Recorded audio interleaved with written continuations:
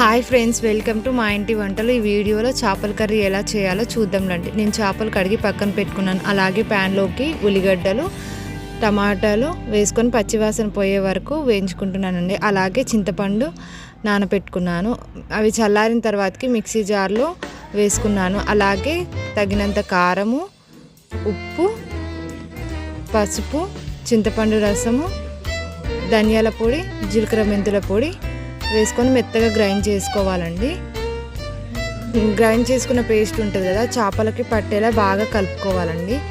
ఎవరైనా వంటలు రాని వాళ్ళు, బ్యాచిలర్స్కి ఇలాంటి ఈజీ రెసిపీస్ చాలా యూజ్ అవుతాయండి. ఇలా చేసుకుంటే టేస్ట్ కూడా చాలా బాగుంటుంది, వాళ్ళకు కూడా సులువుగా అయిపోతుంది.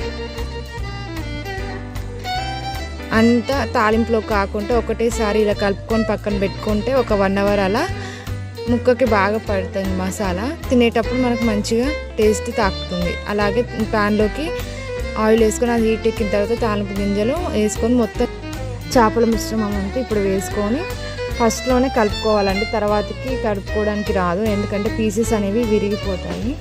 ఒక పావు గంట సేపు అలా ఉడికించుకుంటే చాలు, కర్రీ రెడీ అయిపోతుంది. మధ్య మధ్యలో ఇలా షేక్ చేస్తూ ఉండాలి. లాస్ట్ అండ్ ఫైనల్గా కొత్తిమీర వేసుకుంటే కంప్లీట్.